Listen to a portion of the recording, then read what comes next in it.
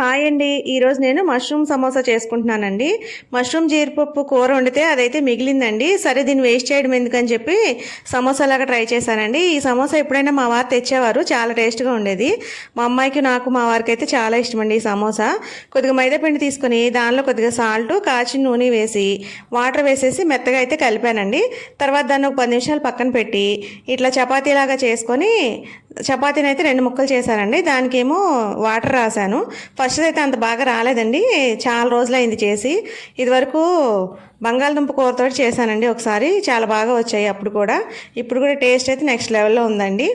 ఇవి తర్వాత దీనిలో కర్రీ పెట్టి ఇలా వాటర్ రాసి నొక్కానండి, దీన్ని బయటికి రాకుండా. కర్రీ అయితే చాలా బాగుందండి. ఎక్కువ సమోసాలు అయితే చేయలేదండి, మిగిలిపోయిన కూరతో చేసాం కదా, అందుకని చెప్పి ఎక్కువైతే అవ్వలేదు.